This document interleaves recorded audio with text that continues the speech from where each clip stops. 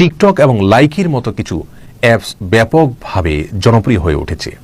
এ সমস্ত অ্যাপসগুলো আমাদের দেশের যুবক এবং কিশোরদের জন্য যেন মরার উপরে খড়ার ঘায়ের ভূমিকা পালন করছে। চেতনা এবং আদর্শ বিবর্জিত একটি প্রজন্ম বিনির্মাণ করতে যেন সহায়তা করছে এই সমস্ত অ্যাপসগুলো। সুপ্রিয় দর্শক, আমরা জানি যে সমস্ত অ্যাপসের মাধ্যমে বিনোদনের নামে বিভিন্ন ধরনের শর্ট ভিডিও ক্লিপ তৈরি করে থাকে এক শ্রেণীর কিশোর এবং যুবকেরা। বিভিন্ন রকমের গানের অংশবিশেষ অথবা কোনো নাটক, সিনেমার ডায়ালগ কিংবা কৌতুক, এমনকি ওয়াজ মাহফিলের কোনো বক্তার বক্তৃতার অংশ কিংবা কোনো রাজনৈতিক সভা সমাবেশের কোনো বক্তার বক্তব্যের অংশবিশেষকে কেটে সেখানে অভিনয় করে ঠোঁট মিলিয়ে ভিডিও নির্মাণ করা হচ্ছে। আর এই সমস্ত অ্যাপস ব্যবহার করে এ ধরনের ভিডিও নির্মাণ করা আজকাল আমাদের সমাজের কিছু যুবক এবং কিছু কিশোরদের নেশায় পরিণত হয়েছে। তারা যেন এগুলোর পেছনে প্রচণ্ডভাবে উন্মাদ হয়ে উঠছে। প্রিয় দর্শক, এ সমস্ত ভিডিও নির্মাণ করার যে নেশা যুবকদের মধ্যে, তরুণদের মধ্যে আমরা দেখতে পাচ্ছি, কিশোরদের মধ্যে আমরা দেখতে পাচ্ছি, এর মাধ্যমে তারা শিক্ষার প্রতি, পড়াশোনার প্রতি অমনোযোগী হয়ে উঠছে, বাবা মার প্রতি অবাধ্য হয়ে উঠছে।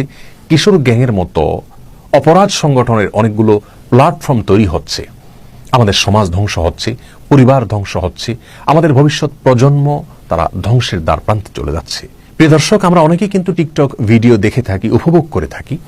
বিনোদনের নামে আমরা নিজেদের অজান্তে আমাদের যুব সমাজকে ধ্বংসের জন্য অগ্রণী ভূমিকা পালন করছি। তার কারণ হলো টিকটক ভিডিও মানেই হলো অশ্লীলতা, টিকটক ভিডিও মানেই হলো কাউকে নিয়ে ট্রল করা, ব্যঙ্গ বিদ্রুপ করা, ঠাট্টা করা, হাসি তামাশা করা।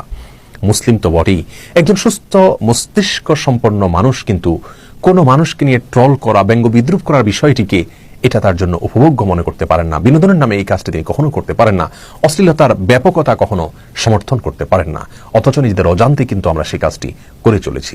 প্রিয় দর্শক, কোরআন কারীমের সূরা হুজুরাতের 11 নম্বর আয়াতে আল্লাহ সুবহানাহু ওয়া তাআলা অত্যন্ত পরিষ্কার ভাষায় অন্য কাউকে নিয়ে ট্রল করা, ব্যঙ্গ বিদ্রুপ করার বিষয়টিকে নিষিদ্ধ ঘোষণা করেছেন। আল্লাহ বলছেন, লা ইয়াসখার কওমুন মিন কওমিন, কেউ যেন অন্য কাউকে নিয়ে ঠাট্টা না করে, বিদ্রুপ না করে, ব্যঙ্গ না করে, এটাকে আল্লাহ সুবহানাহু ওয়া তাআলা হারাম ঘোষণা করেছেন। তেমনিভাবে যারা সমাজের মধ্যে অশ্লীলতাকে বিভিন্নভাবে ছড়িয়ে থাকে, বিস্তার করে থাকে, তাদের ব্যাপারে কোরআন কারীমে আল্লাহ সুবহানাহু ওয়া তাআলা দুনিয়াতে লাঞ্ছনা এবং আখিরাতের যন্ত্রণাদায়ক শাস্তির কথা ঘোষণা করেছেন। কোরআন কারীমের সূরা লোকমানের 6 নম্বর আয়াতে আল্লাহ সুবহানাহু ওয়া তাআলা এই সমস্ত কর্মকাণ্ডকে ভৎসনা করেছেন। যারা বিভিন্ন ধরনের অহেতুক কর্মকাণ্ডকে বিনোদনের নামে বা বিভিন্ন নামে সমাজে তারা ছড়িয়ে থাকে, তাদের বিষয়ে আল্লাহ সুবহানাহু ওয়া তাআলা অত্যন্ত কঠোরভাবে বিশুদ্ধার করেছেন। অতএব টিকটক অ্যাপের মাধ্যমে অশ্লীল কিংবা বিদ্রুপাত্মক ভিডিও তৈরি করার যে অসুস্থ প্রবণতা দেখতে পাচ্ছি আমরা উঠতি বয়সের ছেলে মেয়েদের মধ্যে, সেটাকে এখনই থামিয়ে দিতে হবে।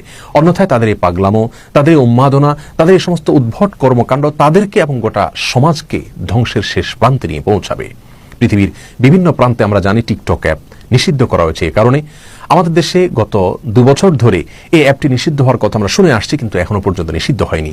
আমরা সংশ্লিষ্ট কর্তৃপক্ষের কাছে অত্যন্ত জোরালোভাবে দাবি জানাচ্ছি, টিকটক এবং লাইকি সহ এই ধরনের অ্যাপসগুলো অনতিবিলম্বে বাংলাদেশে নিষিদ্ধ করা হোক, রক্ষা করা হোক যুবক এবং কিশোরদেরকে ধ্বংসের দ্বার প্রান্ত হতে।